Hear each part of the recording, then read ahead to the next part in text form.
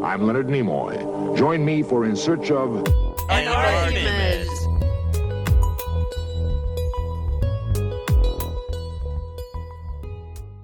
Welcome to In Search of an Argument. This is a special episode. I'm John Heinz, your co-host today, and today it's truly co-hosts. Although, I don't know, does co-imply two or does co-imply many? I think it's Limited to two? No, I don't think so. I don't either. Well, today it is two. It's the old days, and Jim and I are back. It's a duo host. It's duo hosts. Yeah, it's duo hosts, Jim and John. And Dose. I am, and just in the spirit of full disclosure, there's a certain amount of excitement in the air because Spain just won the World Cup like moments Absolutely. ago. Like literally 2 minutes ago. 2 minutes, not even. Yeah, and it's very right. Everybody, Which and is I'm why actually I was 2 minutes late signing. I'm in your time zone, Jim. Where are you? I'm in Three Oaks, Michigan, at a vacation home with my extended family, and we're having a little break. And that is why you're desperate to do a podcast, so you have a chance to get away from them. I just want to be faithful to I want to be loyal to our faithful listeners and make sure that they get most of whom are downstairs podcast. Because most of them are your extended family. I don't know about that. I think we have quite a few listeners. How come none of them have signed up? We have 100% increase on our Patreon account. So now we're from like 1 to 2? What is the minimum for the Patreon? Tell me. There's no minimum. Oh, to pay? Yeah. You know what? I didn't experiment with that, but ever since you told me that I could lower it, that some guy lowered it to give whatever you want, I'm gonna look into that.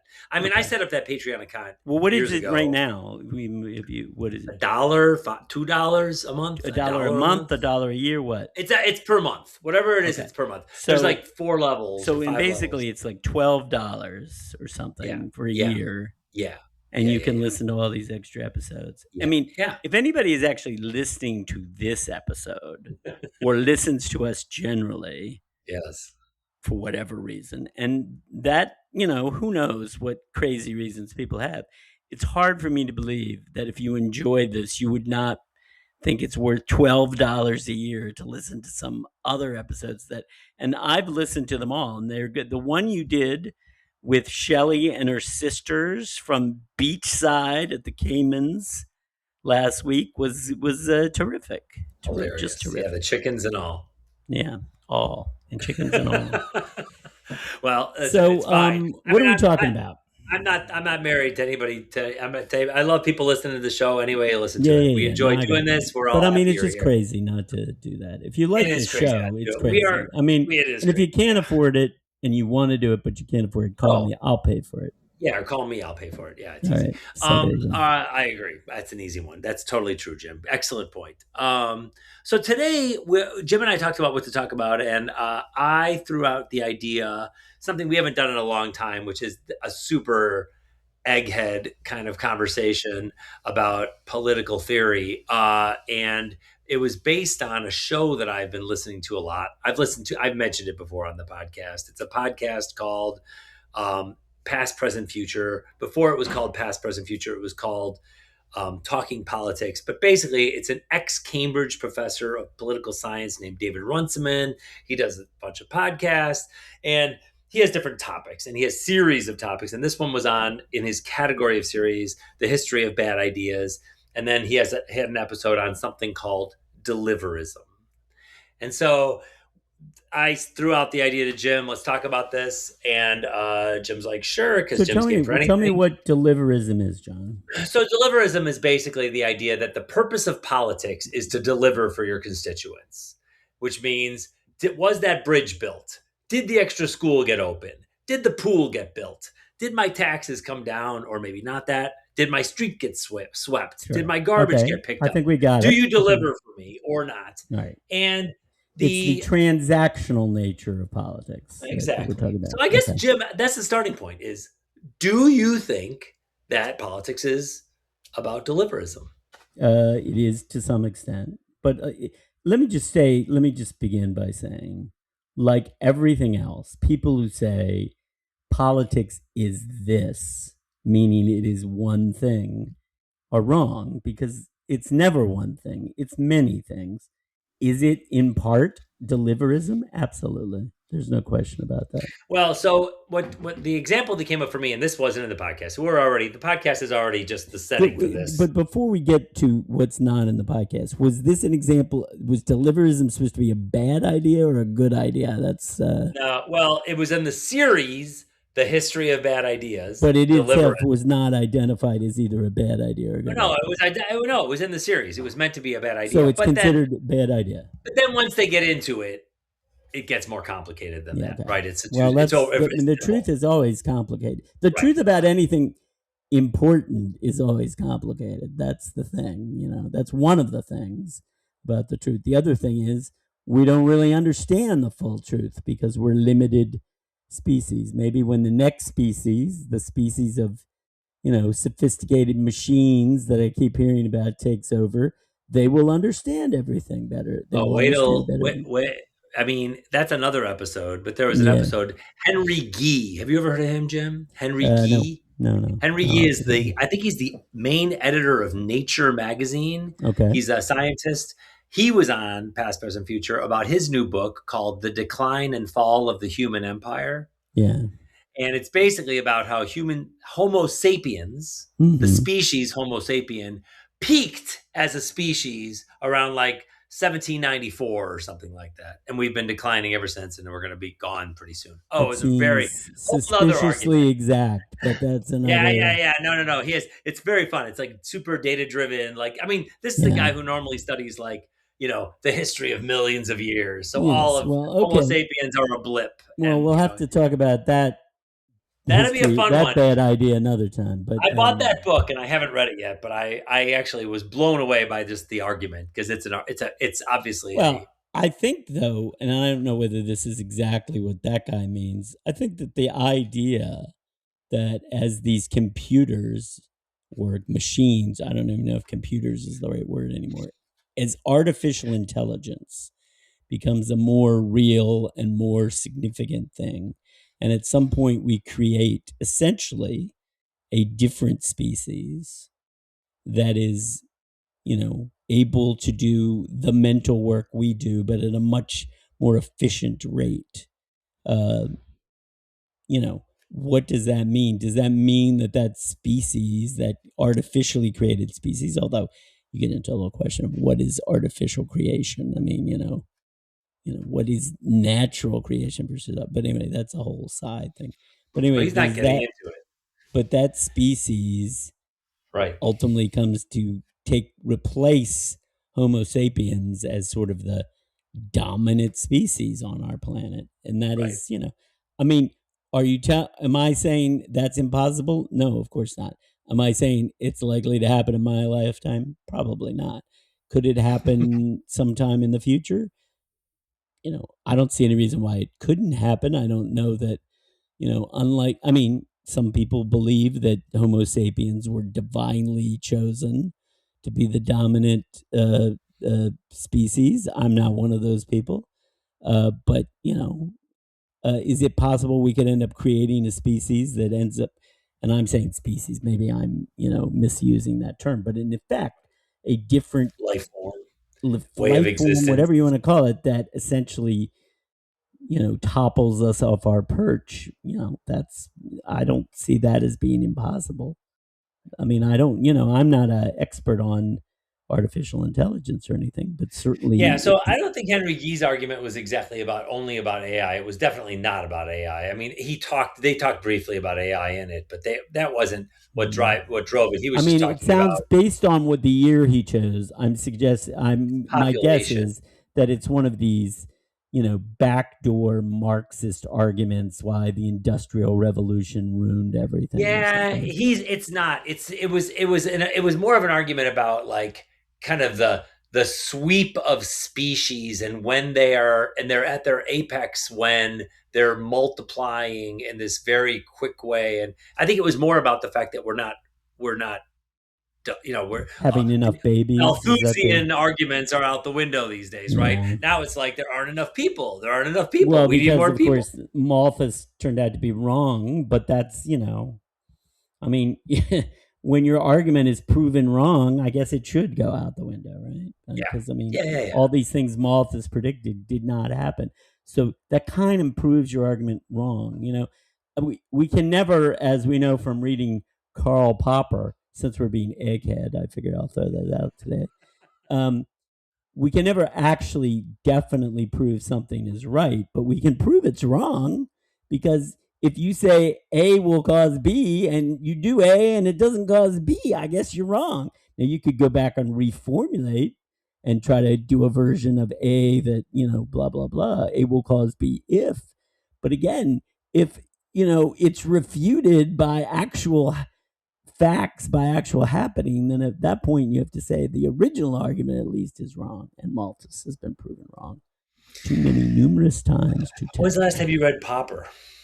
I mean, actually open the book. I mean, I have a couple of his books, but I haven't actually opened them recently. I have never read any of him. I know him, and I know the kind of I know it at a broad level. Well, he may not have been the nicest person in the world, but neither am I. He's the falsifiability guy, right? Yeah, He's like, right. In other words, meaningful statements have to be falsified.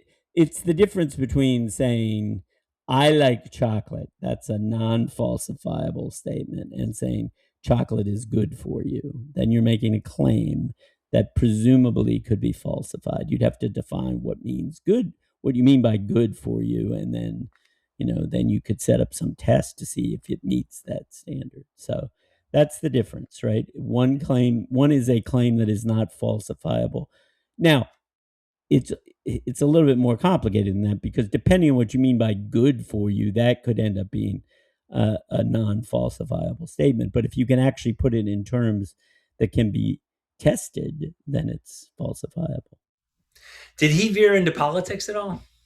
I don't know. I mean, I'm not saying he did or did. Did you in your head associate that with like any? Well, I mean, he was he wrote a book. He's a strong advocate against like repressive speech. Like he wrote a book called "The Open Society and Its Enemies," and he was, against the idea that we should repress speech and stuff like that. So I don't know. Nowadays, I don't know. There's no party for such people nowadays, because no, I agree with that certainly, but I mean, who knows?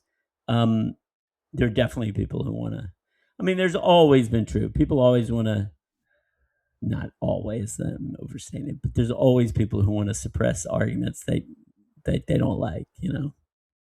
So is there a link? So I'm curious. We're way off the topic you wanted to talk about. Well, I know, because we're going to talk about deliverism. No, let's talk about deliverism.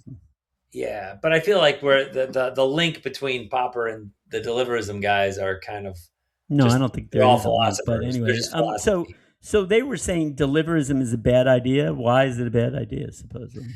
Well, no, they're saying deliverism is okay. So that's the question, right? Is politics about delivering for people? I mean, are they saying is it or should it be? I mean, is it like they're saying both? Okay, and they're dancing. Well, let's talk about the should it be. Are they saying why it shouldn't be about deliverism? No, it should be in part about deliverism. I mean, they started with the hard statement and then they kind of parse it all the way through. So it should in part, yes. I mean, it shouldn't only be about that, but yes, it should be part. The hard world examples that came to mind as they were talking that I didn't get from the show, but I got in my head, were one is China, and China looms large in my head because I lived there. And there's absolutely tell me explain that China example. And there's no question in my mind that the Chinese Communist Party achieves legitimacy with its people through deliverism. Right. By delivering. They deliver for their people, and as long as the economy is growing at a rapid pace, which it isn't, which it isn't right now, and there are legitimacy questions for China's Communist Party right now, but they deliver for their people, and that's how they keep legitimacy. Right. And democracy, because of course, when we've had this discussion before, but I don't know that we've had it on the air. The Chinese Communist Party at this stage is not a communist party in anything but name. I mean, it is no longer a party that advocates, the violent overthrow of the forget about the violent overthrow. Once you have the overthrow, they're no longer advocating the state should own everything, or that the everything should be distributed equally. They clearly have abandoned those two core principles a long time ago. Right.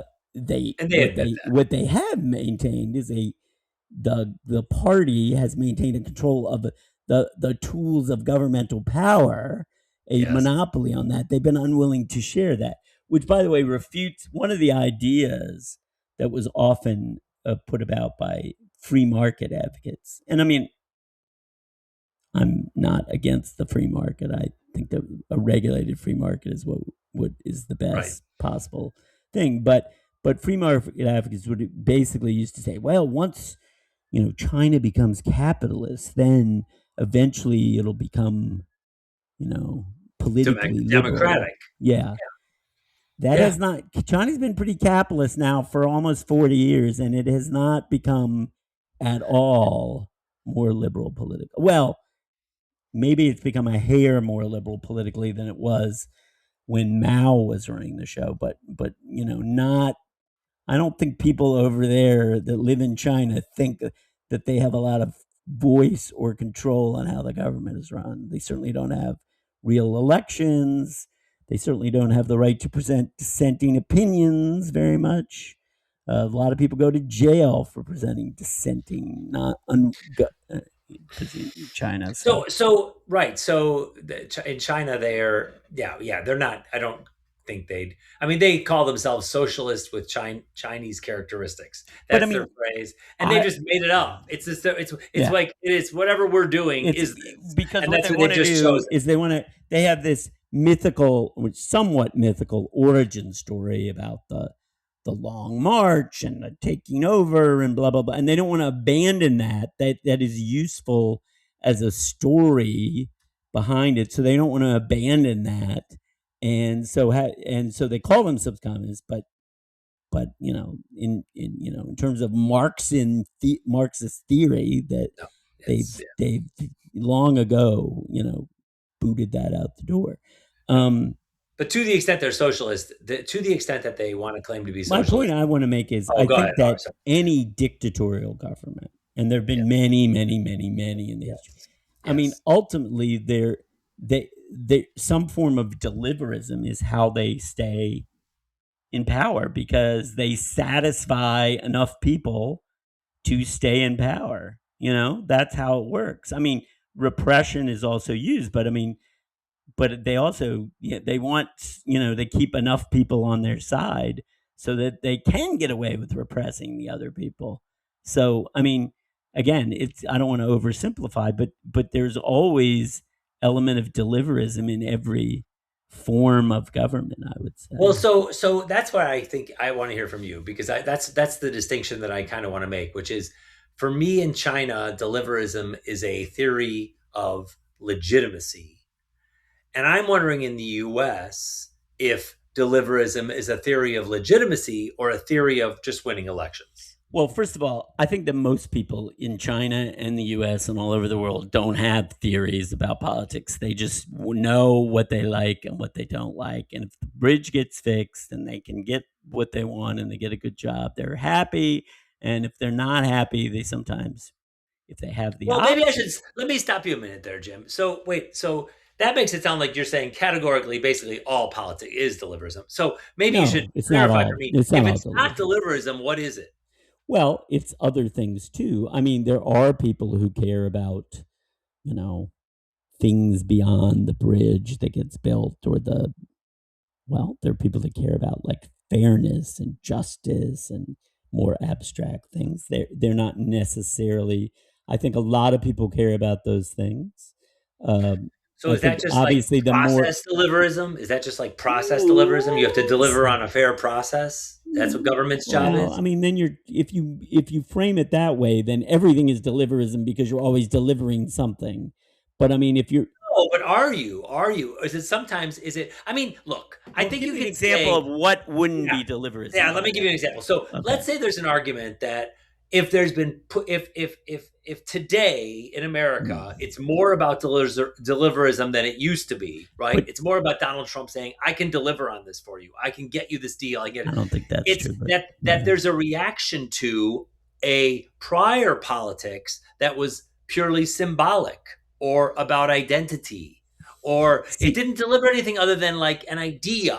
It's like, I well, would you have to disagree. think of I would these disagree people with this the way. premise completely, because I think that a large part of, for a lot of people, and again, you can't say it's one thing. Trump isn't about one thing. For a number of people, Trump is symbolic. It's not that they want X, what they want a symbol. There's a lot of people who are very unhappy, and for them, Trump is a symbol, and that it's not so much they support his specific policies, although they do sometimes, but it's more that Trump was a symbol of rejection. It's a symbol of Okay. rejection of this, of what Okay. they Fair conceive enough. as a Fair enough. status So quo. that's an alternative to deliverism. So he represents a symbol that matters to Okay. people more than whether he delivers. Okay, but then you could say the same thing about what I said about like abstract things like justice and stuff. That could be symbolic in Yeah, some way. sure. They could all be. But that's my question So, I mean, I guess if you're is defining deliverism as, to me, if you're defining deliverism as delivering material benefits, if yeah, that's what the definition is, then I yeah. think there are a lot of different things that don't go into it. I mean, I'm sure that there are plenty of people who would argue this, but the United States, for example, sometimes conducts its foreign policy for, economic gain, but not always. No, sometimes it's because I don't like you and I want to shoot Well, you. sometimes it's that, and also sometimes because You didn't buy they're Donald Trump a shared. gold I'm not vase. talking about the current. I'm talking about the sweep of the history of the United States. Okay. Why they conduct their foreign policy now, that's a detour into the mind of Donald Trump. But in the history of the country, the United States hasn't always done things that make sense if you look at them purely through a frame of the U.S. trying to benefit economically or something. And some of it has been based, and I'm not saying that that means that what they've done is necessarily justified, but in terms of the motivation for doing it, sometimes you can sometimes you can do things for a very altruistic intention, and that still turns out to be a terrible thing that you did. But I mean, there's a difference between the intention of you doing it and what ends up happening, obviously. So is politics more today about telling the right story, over delivering the right benefits, I don't think or has it politics. changed? I think that what has happened is, I mean, it's a complicated story. I think politics is not the way I understand politics. I don't think it's fundamentally changed in terms of what politics is. I think you have a certain amount of conditions in the world, in the United States, and in a lot of other similarly situated countries, which Yeah. is the following.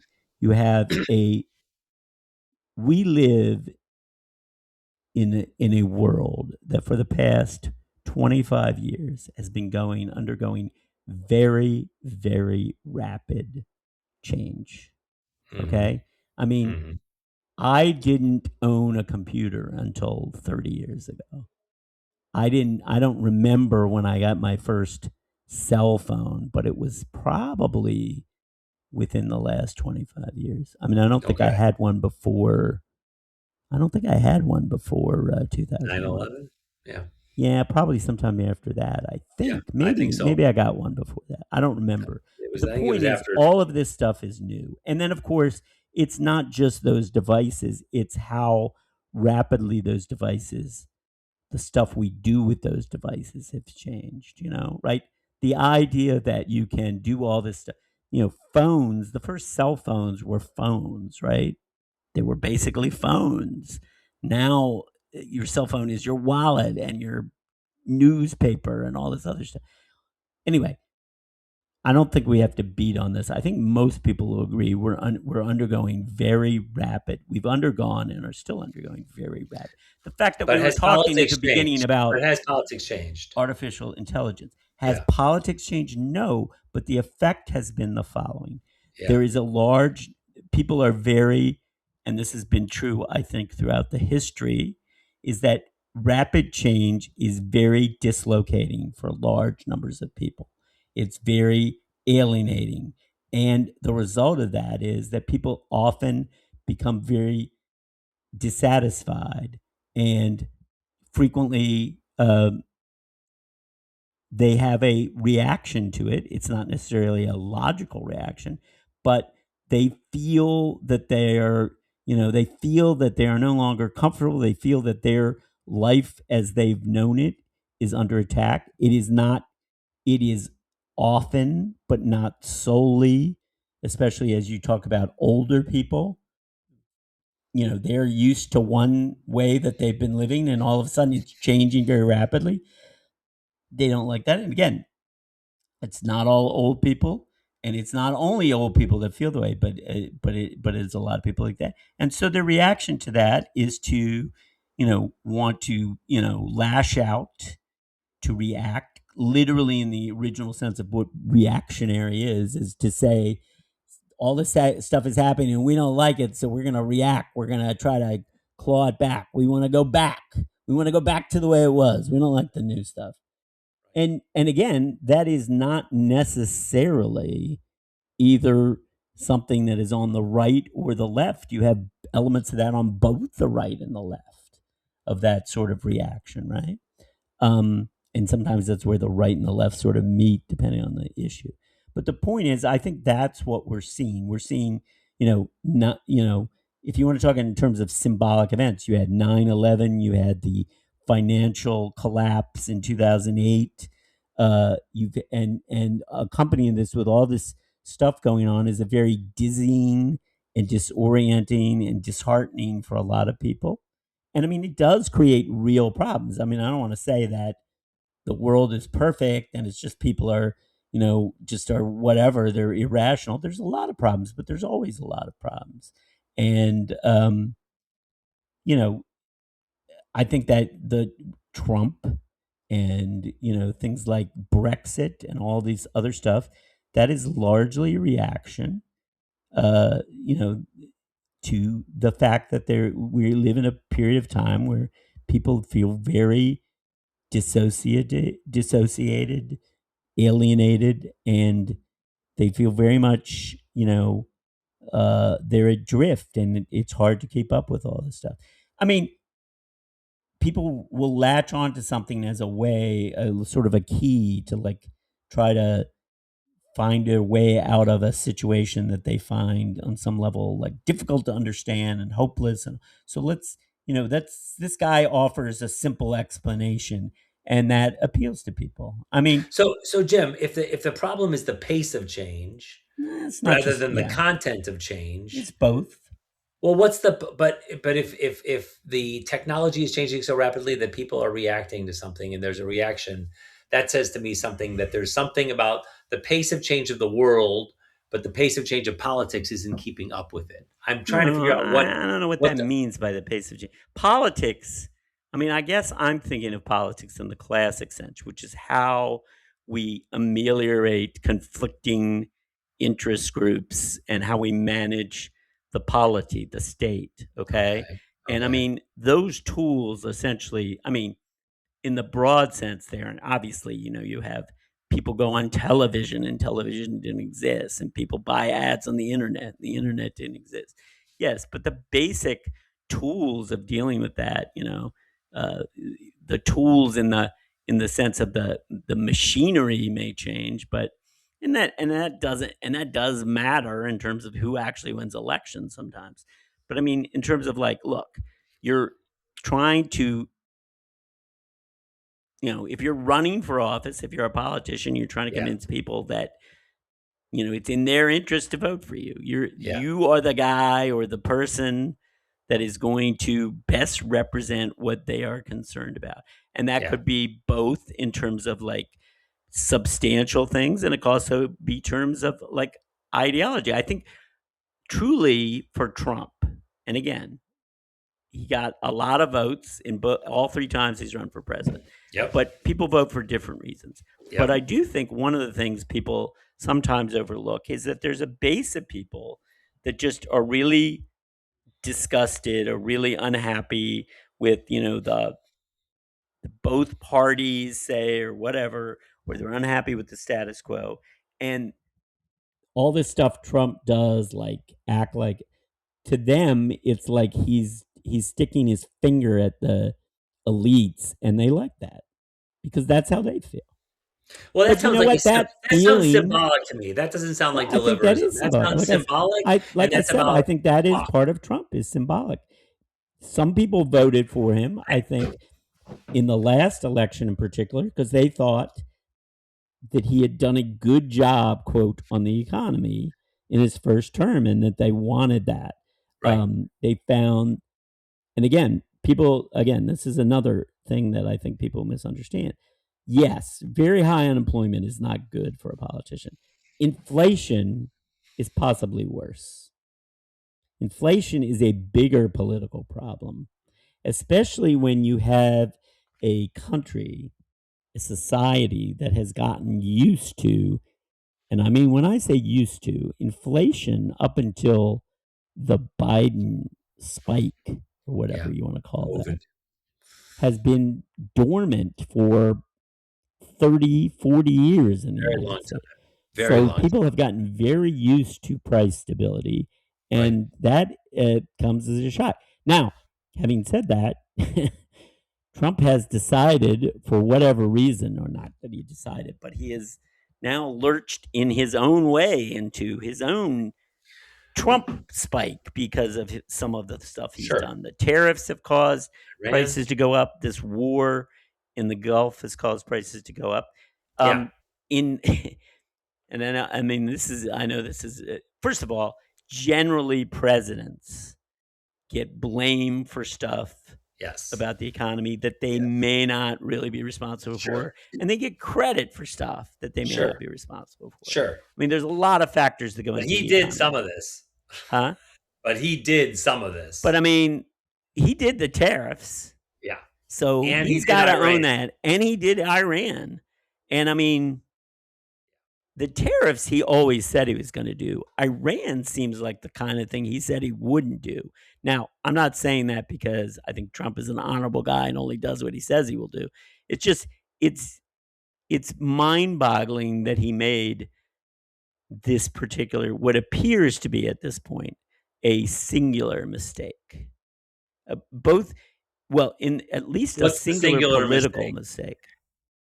I mean, you can argue about the foreign policy implications of it. I think it's probably not a good idea from that too. But putting that aside, I can't imagine Trump, if he knew what the political impact would be of this, would have done this. No, of course just miscalculated. Of course that's true. Of course, I think what he thought. I think he's too dumb. I think he's too dumb to have understood. I have no basis. No, I don't. That's my opinion, but whatever. I mean, he's dumb. I mean, I don't know what that. I don't think that he. I will say, and I mean, this is just. He is not wise. He has no idea of the historical. Not wise, but he can be shrewd at times. In the sense. Oh yeah, sure, okay. Of course. But this is just purely speculation on my part. I have no article I've read has said that. Yeah. My feeling is that the thing that happened in Venezuela, where it worked so easily and quickly, sort of deluded him into thinking he could do this again. Sure.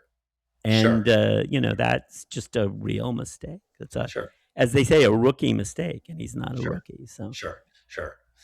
And Iran's an entirely different game. Yeah. But so it does sound to me though like we are talking about today, and I guess I have a few arguments for this. That's why I think so. My take, I'll just drag us back to deliverism because I want to say that my takeaway from the conversation was that I think politics is less today about deliverism than perhaps I even want it to be. Like, I think that Joe Biden passed the Inflation Reduction Act, which had some really awesome incentives to for green transition, for redoing the power grid. Like, there were some very good investments in there that I think have, quite frankly, have already started to deliver. And I don't know if he got credit for that, I don't know if if voters care. And the fact that this Trump comes to something I was thinking about just yesterday, which is, here's the thing. Biden deserves everything he got, because here's the problem. If you recall, the last time we had a midterm election, Biden was unpopular.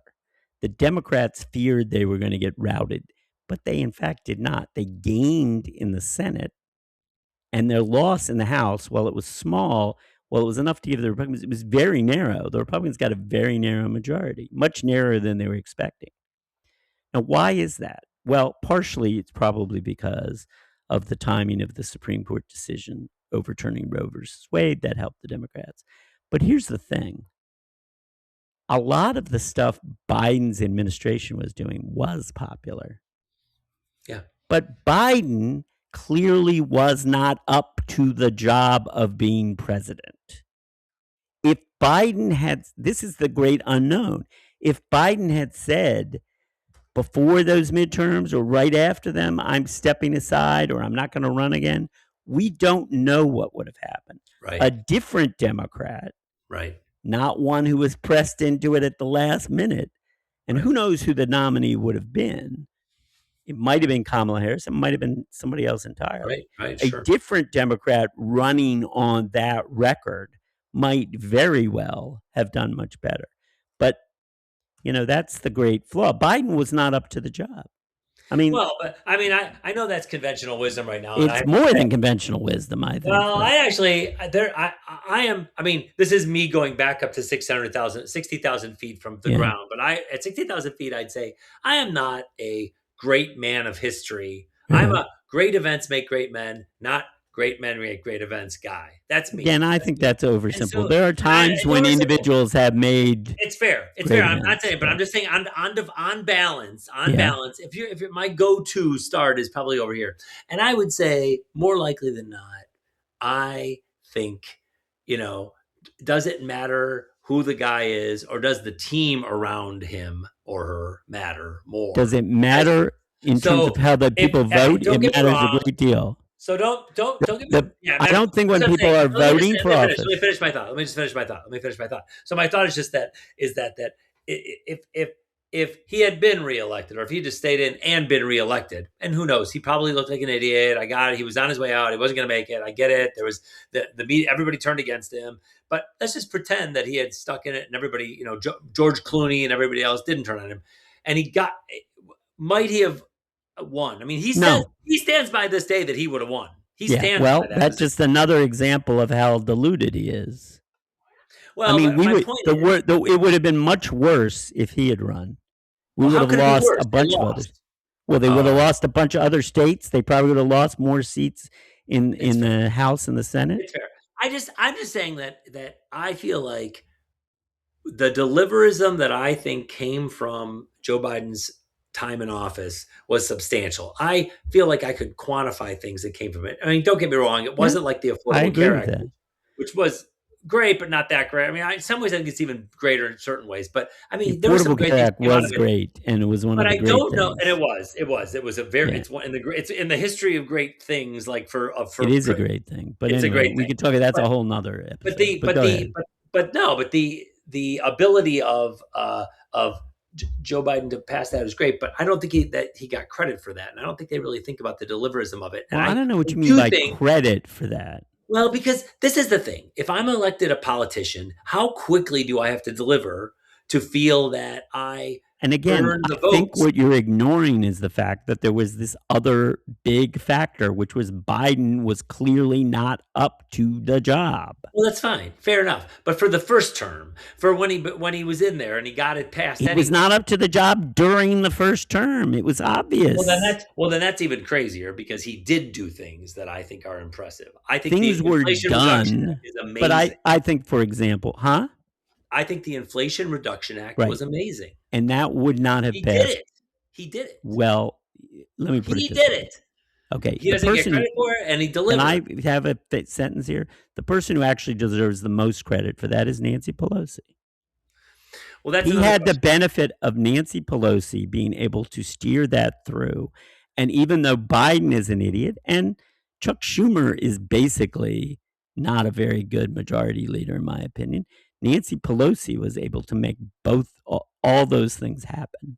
Yeah. And she didn't. And bear in mind, it's not like she had a huge majority in the House of Representatives. She did not. Look at how much difficulty McCarthy and Johnson have had with a narrow majority trying to hold that together and get stuff done. That's fair. Compare that to what Nancy Pelosi was able to accomplish. That's fair. Now, the parties are different and all that jazz. Yeah. But, I mean, people have not enough realized how significant that is. Yes. And Agreed. If Biden were just a nominally competent person, he would have gotten all the credit for all that. But he was so obviously should not. Let me put it this way. If Biden had announced that he was not going to run again, I think his popularity ratings would have shot up. It's not that people hated the guy, or at least most people didn't. It's that they knew he shouldn't be president because it was obvious he shouldn't be president. Yeah. So if Trump is a populist, populism is almost categorically, as a category, I'd argue populism is almost categorically not a deliverist frame. Like populists kind of know they're saying what's popular even if they can't deliver it. And I think that's a little bit true of Trump. I mean, we can debate about whether he's really a populist or not, but I think that's fair. But my question is looking forward in this next election cycle, are we going to be hearing more things about that are promises to deliver? Or are we going to hear more things about the same kind thing. of You're hearing the same mix? Okay. There is the Republican nominee is very likely to be J.D. Vance. He is going to promise certain things to deliver, but he's also going to represent this vision of the United States, the symbolic part, if you will. We don't know. I mean, we don't know for sure that Vance is going to be the Republican nominee, although I think that it's highly likely. Yeah. We have no idea who the Democratic nominee is going to be. There are a lot of people. We don't even know for sure who's going to run for the Democratic. Yeah. The only two people I would say, or that I would be absolutely certain are running, are Gavin Newsom, who would be disaster in my opinion. No. The second person I would say absolutely certainly is Andy Beshear. Oh, Andy Beshear, finishing his second term as governor of Kentucky, chose not to run for the U.S. Senate seat in Kentucky because he is clearly intending to run for president. Yeah. Of all the people that I know of that are running or potentially running, he would clearly be the best choice for the Democrats. Whether he will get now that. Let me just back up here. Josh Shapiro, Gretchen Whitmer. Gretchen Whitmer's already said she's not running. Gretchen Whitmer's already said she's not running. You know that I love Gretchen. I heard it, but I don't want to believe it. So I just bring it up anyway. I would say this. Andy Beshear. What about it? Here's the thing we don't know about it. Wait a minute. I want to qualify what I just said. Okay. What we don't know about Andy Beshear is how good a campaigner he is, and that matters. Yeah. I mean, I don't know anything about him as a campaigner and how he's going to campaigned in Kentucky. He won. Yeah, but there's a difference running in a state that you've lived in all your life, where the voters know you, and running on a national stage. And lots of people have discovered that, right? There are lots of people who've been very successful at state level, and then they've run campaigns, national campaigns, and they've flamed out. And we've seen the examples, right? Yeah. So. Well, it's just hard to predict. How do you measure that? How do you quantify that? I'll tell you how you measure that. When the campaign really starts, if people, flame out, if they don't catch it from the voters, you're going to see that.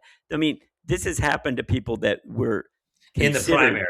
Well, that were considered to be strong candidates, and they just didn't do well. Yeah. I mean, that happens. Like every cycle, it seems like. Maybe it probably doesn't. Well, the New York Times listed like 8 people. I would say it's bigger than that. I mean, one question that is a big question is whether AOC is going to run.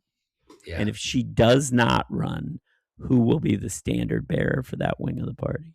Well, I would argue, Jim, I would argue that if AOC or anybody else in the Bernie wing, the Nouveau Socialist group runs, I would argue that says decisively that America is moving toward deliverism, away from populism. That would be because for all of its flaws, a more socialist Marxist kind of mindset is about doing something very deliberate. Again, I disagree with that strongly. Okay. I think a lot of what Bernie and AOC stand for is also symbolic.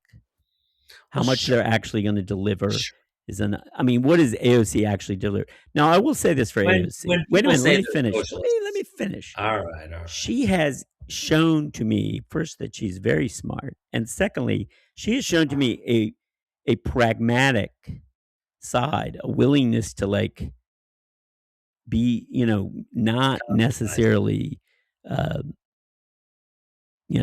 we're going to do it this way or we're going to she fall on our compromised. swords. Yeah. So I, have some respect for her. I don't know what the story is with Bernie. I don't know. I would think that one thing that has happened because of Biden and to some extent because of Trump is I think now a really old candidate like Bernie is going to be at a significant, even though to be fair to Bernie, and I'm not a big fan of his policies, he does seem to be in better shape than like Biden. He seems to be aging better than Biden, I guess. Sure, but Jim, I agree with you about AOC, and I agree about her moving, and I think her flexibility, and I think she's an amazing politician for reasons that are separate from her policies. Yep, But I agree. definitely think that the average person who, she's going to get instantly labeled socialist, and I'm sorry, that works both ways, right? On the right, that's going to mean I hate you, and on the left, they don't really listen to her. They've just they put her in a bucket, and that bucket that they put her in at both ends of the spectrum. And this is where I don't know if socialism is even alive but to the extent that it's alive as an idea that people perceive in their minds of some direction the country should go in, it is a deliverist policy. It's a deliverist. It's going somewhere. It's this idea. I think I disagree. I think it's no more deliverist than anything else. I disagree. Wages. I think it's no more. I think yes, you can point to that, but you could say the same thing for somebody else running. There are certain things people expect, but I also think it's a symbolic thing too. It's a rejection. People don't even understand what socialism is, but they're attracted to it because it's a rejection of the status quo, I think. All right, so why do you hate Gavin Newsom so much? Because first of all, what is the argument for why he should be running for president or should be elected president? That he's got a podcast? We have a podcast. Do you consider his record as governor of California to be impressive? Because I don't. What is the argument for this? The argument is he's from California. And so what? I'd argue he's very performative. As Trump is performative. Well, if politics is not there's about lots of performative that's if politics is not about but again, you're oversimplifying the thing. He may be performative. I don't see that he's the kind of performative that people think is a great or look, if you're who of the people we know of who might run for president against Trump, who would just crush Trump in a debate? Who would make Trump look like a dope? Well, Kamala crushed him in the debate. It just doesn't matter that much. No, but fair enough. Who else will crush him? And Kamala may run again. Kamala may very well run again. I think almost anybody would crush him, but they're not going to be debating Trump. They're going to be debating J.D. Vance. J.D. Vance is, for all of whatever you think of him, he's a much better debater than Trump. There's no question. He's much smoother in that sense. And so that, but you again, don't think he's how going much to take does that the matter? populist? You don't think he's going to take the populist? He may very well take the populist thing, but he will, but he's also much smoother. The debate he had with, what's his name? What's the guy's name from Minnesota? He was much better than what's the governor's name in Minnesota? The guy was Tim Walz. Tim Walz. He was much better than Walz. He beat Walz in that debate. He did. And that is not something Democrats are used to.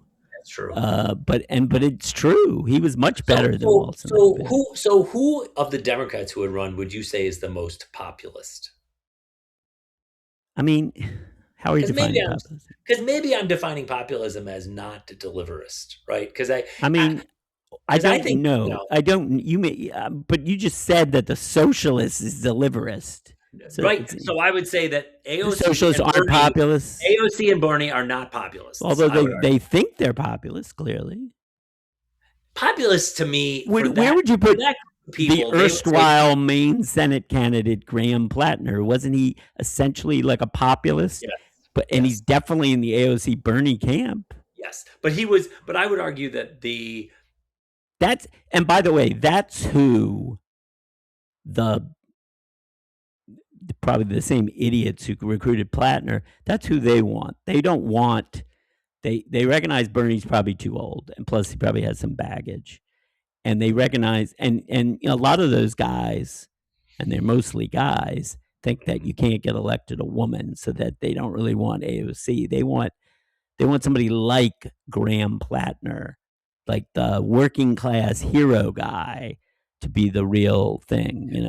Well, that is who the Democrats, I think, are going to put up, because I don't think the Democratic Party is hopefully not capable. Graham Plattner. I don't think for they're president, capable of but finding a more innovative candidate. I just don't think they are. I don't think they're capable. Well, I mean, again, I think that, and again, we have to see how things play out. We don't even know who's going to run. We don't know how they're going to do. I mean, to some extent, how you run your campaign is a reflection of, if you run a bad campaign, it's not usually a sign that you are going to be a good president. So now, Trump ran by what has run, at least the first time he ran, what by normal standards would have been considered a bad campaign. I mean, my argument is he was a bad president. I mean, he got lucky in some respects and unlucky in others, but he was a bad president. But he did pick up on a certain thing, a rejectionist. I mean, put it this way: if somebody not Trump had won the Republican nomination in 2016, it's likely they would have won, because there is this, thermostatic effect in politics that, generally speaking, people don't get. The same party doesn't get 3 straight terms as president. Right. They may not even get 2 straight at this point, but 3 straight doesn't happen very often, at least since, Roosevelt, right? The pretty much the normal is, except for the Reagan-Bush thing, it's two and you're out. So it's quite possible that, Jeb Bush would have won, or Rubio would have won, or somebody would have won against Hillary Clinton. And that, and probably not as, it probably wouldn't have been as close. Now, the thing is that Trump picked up on is that a lot of people, at least in the Republican Party, were wanted somebody more viscerally, and this is, I think, part of what the symbolism is. A lot of stuff that Trump has done is stuff that other conservatives would have done. Cutting funding for NPR, that's been on the conservative hit list for a long time. Appointing judges who would overturn Roe v. Wade, that's been on the conservative list for a long time. But none of those guys, at least before Trump, would have stuck their finger in their middle finger and said, fuck you to all these things. And some of Trump's appeal is just that he does upset. Yeah. For some people, that he upsets the other side. That's what they want. They want the other. And now you are seeing the same thing on the Democrats. I want to win the debate. I don't care Democrats, the Democrats or the left, or whatever you want to call it, they want somebody who upsets the other side, which, is a stupid way to try to do it. This. So in the next election, if you were to ask me, are we more likely to see in the Democratic Party running against Vance or whoever, are we more likely to see a kind of quasi a technocrat like I think that answering that, or a socialist like Bernie, or we don't know, because here's why, John. This is the point you're missing. I'm talking. So if are we more likely to see a populist more like Newsom? Are we more likely to see a kind of another technocrat kind of joiner, or whatever minority voice like Pete Buttigieg? Are we likely to see a kind of I don't know. I almost think I don't know what box I'd put, but if I had to put a box where I think it's probably going to end up, I think because of the way everything you're talking about, with the way people are just looking for a fight, I feel like we're heading toward a left-wing populist, somebody who's going to be more just dramatic voice. I think that what matters much more than you seem to be giving credit for is how those people come off in a campaign. A lot of this is not, voters are not necessarily, sure, there are some committed voters who are looking for those things, but voters are looking for, a lot of this is done. If AOC is a terrific campaigner, let me put it this way. Mandami won and his positions have a lot of appeal to people. But he also won because he's a terrific campaigner. He's a much better campaigner, as it turned out, than Cuomo was or any of those other people running. So that makes a difference. And that is going to make a huge, huge difference. We just don't know. The technical campaign abilities of the campaigner matters more than their policies or more than their. I don't know that it matters more, but it matters a lot. And that is why.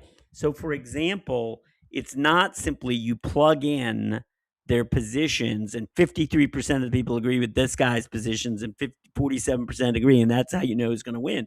That's not how it works. I think any pollster would tell you that you don't get a correspondence between people's views, or at least a complete correspondence between people's views and who they end up voting for. Yeah. And a lot of that has to do with, look.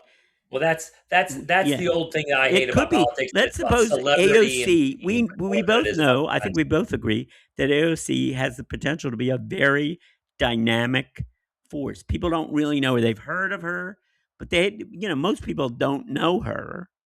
Most people in the world don't really know anything about her. So if she runs for president and all of a sudden people start to see her and get a feel for her, that, she could be very good. And like I said, I mean, she probably was my first choice, but she could be very effective as a campaigner. All right. And again, I have a lot of respect for her. This is the hot take of the show is that you definitely you're in AOC's camp. That's great. No, I'm not in AOC's camp, but I have a lot of respect for her. I will say the same thing. Mandami, and again, he's been mayor for like a little over 6 months. I think he's done pretty good. I don't agree with everything he's done, but I think so far he's done pretty good. I don't think the argument that I hear AOC making all the time these days is minor, but I hear her always saying no kleptocrats or no oligarchs or no. I think that I'll tell you one thing. That works with a certain percentage. I will tell you one thing that will happen. Here's my prediction. Whoever the Democratic nominee is, if they win the election, and if the Democrats control the House and the Senate, they will put through some kind of wealth tax, some kind of tax on the super rich or billionaires tax or whatever you want to call it.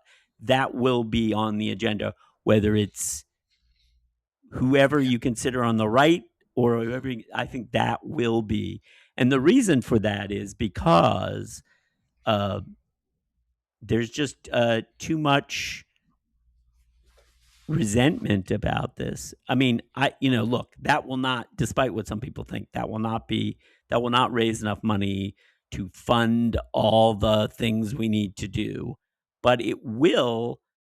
It's probably, is that delivering or is that symbolic? It's probably more symbolic because it's not really going to, it's not going to be confiscatory. So it's not going to actually take everybody's money away, but it'll raise some money, but it won't be enough to really change things. If I saw the Pew numbers on researching that, I just don't think that even argument is, as much as I think it probably has legs. I don't think that argument has legs with most of Americans. I just don't. I mean, I don't think most Americans care that there are rich people. They don't care about income inequality very much. I think a lot do, but I don't think it's they accept the reality that people. You're not going to have perfect equality, but I disagree. I think that there's enough support for the idea that rich people should pay more taxes. Well, that may be true, but they're like, nobody wants to get in Elon's way because a lot of people who hate that Elon's a trillionaire are very happy and think that he's done a great job with Tesla and a great job with SpaceX and a great job with a lot of other companies. And again, the tax will. And they're like, here's the thing. Here's what's going to happen. They're going to pay. I think that if the Democrats, if they elect a Democratic president and if they control the House and Senate, which are obviously very big ifs, they will pass a tax. The billionaires will go crazy. It will turn out that it's not going to mean Elon's going to have to sell 3 of his houses to pay it. That's the thing. People exaggerate for effect how much this is going to do. It's not. He won't have to shut down Tesla to pay this or something. They'll act as though it's like the government is trying to confiscate or nationalize the industry. That's not what it'll be. It'll be a tax. They'll have to pay more taxes. There'll be loopholes. And also, the other side's going to, if we get this money, we can solve. Instead of them doing it, we can use it. It's going to be some money and it'll help, but it's not going to solve any problems. It's not going to, in the sense that it's going to make these problems go away. I mean, plus it doesn't, what does it even matter? I mean, the government can spend more money than it's spending now. There's no, this whole thing about the deficit spending, people have been predicting. You can go back 40 years and find statements about how we've reached a crisis level, and the same people, often literally the same people, making the argument that now we have to get a hold of the deficit. And that happened 40 years ago, and we haven't got a hold of the deficit, and it's much worse now, and none of the bad stuff. Again, it's like Malthus. If you say the bad stuff is going to happen when this happens and it doesn't happen, how credible is your argument? Yeah.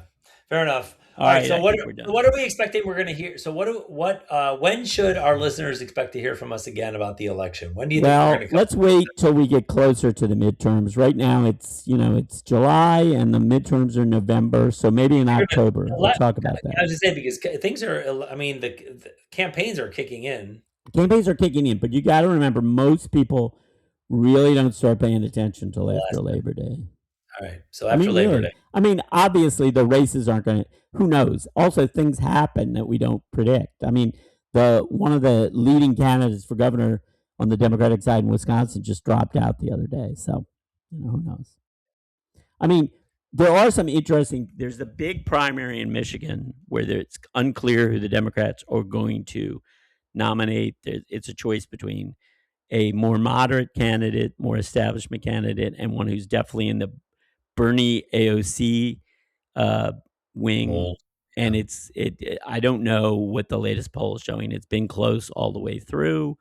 It is not clear to me that either one of them will beat the Republican nominee, and that would mean that the Democrats will lose that seat, which would mean they would have to pick up yet another seat to make up for that. Yeah, which is so that's going to complicate things. So we'll see. Enormous fight. All right. But here's the other thing. Well, one more thing on the midterms, and that's, I think people underrate this. What tends to happen at the midterms is that the party that is losing tends to lose, and the undecideds tend to swing against them. And the other thing that happens, which people don't underrate, is when it's close, they don't tend to break like, half the races will go this way, and it tends to all break in one direction. So like if there's a bunch of close races, they're probably only going to break one way, and they're probably going to break against the party in the White House. That's typically what happens in midterms. All right. I'll treat that as a forecast. But I'll treat that as things a forecast. can change. Things can change. That's where we are right now. All right. I will we'll be back. off. All right. Take us home. No, you take us home. I don't even know where I am right now. You're at home.